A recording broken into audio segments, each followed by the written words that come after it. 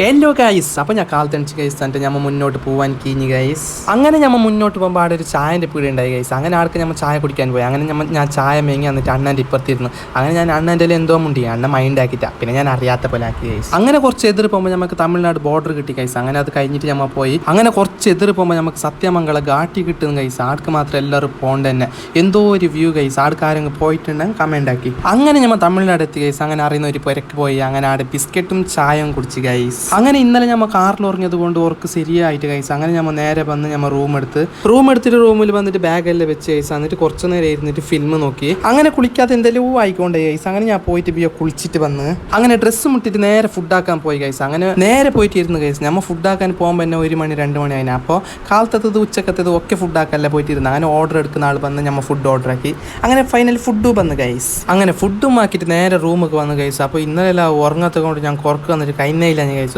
അങ്ങനെ നേരെ വന്ന് ഒരു വർക്ക്. അങ്ങനെ ഞാൻ ഉച്ചക്ക് ഉറങ്ങിയ ഉറക്ക് കഴിച്ചു. എന്നിട്ട് നേരെ എണിച്ച് പിന്നെ ലാവ്. അങ്ങനെ എണിച്ചിട്ട് കഴിഞ്ഞിട്ട് ലാവ് ബോറാകുന്നുണ്ട് കഴിച്ചു. അങ്ങനെ ഫിലിമൊക്കെ എടുക്കുമ്പോൾ പോകാനായിട്ട് ഫിലിമൊക്കെ പോകാൻ കഴിഞ്ഞിട്ട് നമ്മൾ ടിക്കറ്റ് ഫുള്ള്.